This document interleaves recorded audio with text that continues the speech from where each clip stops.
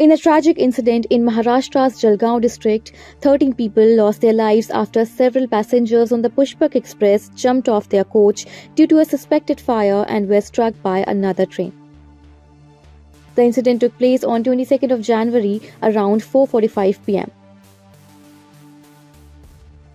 According to eyewitnesses, the panic was triggered when a tea seller falsely claimed that there was a fire on the train. He reportedly pulled the emergency chain, causing the Pushpak Express to halt.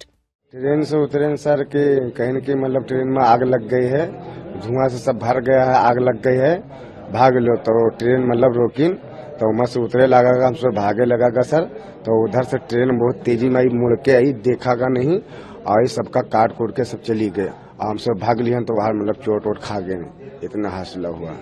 ये पता लोग हल्ला किया, उसमें आग लग गया, तो आग सुन के लोग भागने लगे, तो उसके बाद में सब पब्लिक भागने लगी। उसके बाद भागने के बाद में दूसरी ट्रेन आ रही थी, वो सब घटना किया है। ये तो पुष्पक कुछ नहीं घटना किया, ये तो रोक ही दिया था, चेन ही लिया था उसका। आपका नाम? हकीम Ansari. Fearing for their lives, several passengers jumped off the train and were hit by the Karnataka Express, which was passing on an adjacent track at that time.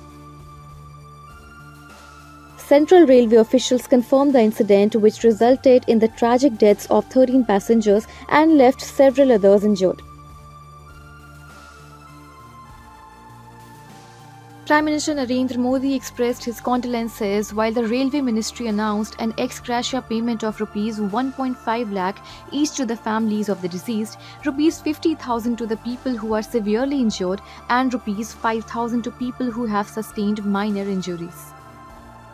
Maharashtra CM Fadnavis also extended his condolences and announced a Rs 5 lakh ex gratia for each victim's family. ज्यांना जे त्या ठिकाणी मृत आहेत त्यांच्या कुटुंबाला 5 लाख रुपये मदत ही महाराष्ट्र सरकारच्या वतीनं आम्ही देणार आहोत आणि जे जखमी आहेत त्यांचा संपूर्ण उपचार हा वेगवेगळ्या हॉस्पिटल्समध्ये जिथे जिथे ते आहेत तो सगळा मोफत उपचार त्या ठिकाणी करण्यात येईल आणि त्यांचे जे नातेवाईक आहेत त्या नातेवाईकांच्या फॅसिलिटेशन करता किंवा त्यांना नीट सगळ्या गोष्टी मिळाव्यात अशा करता देखील सर्व प्रकारचे निर्देश देण्यात आलेले आहेत। अतिशय दुर्दैवी अशा प्रकारची घटना आहे आणि मंत्री आमचे गिरीश महाजन या संपूर्ण जी काही घटना आहे त्या घटनास्थळी पोहोचून सर्व प्रकारच्या गोष्टी हँडल करतात।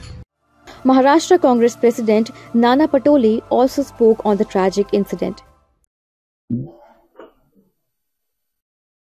जलगांव में पुष्पक का एक्सप्रेस का जो दुर्घटना हुई है, वो दुर्घटना में कम से कम जो आंकड़े हमारे सामने आ रहे हैं कि 24-25 लोग उसमें मृत हो चुके हैं।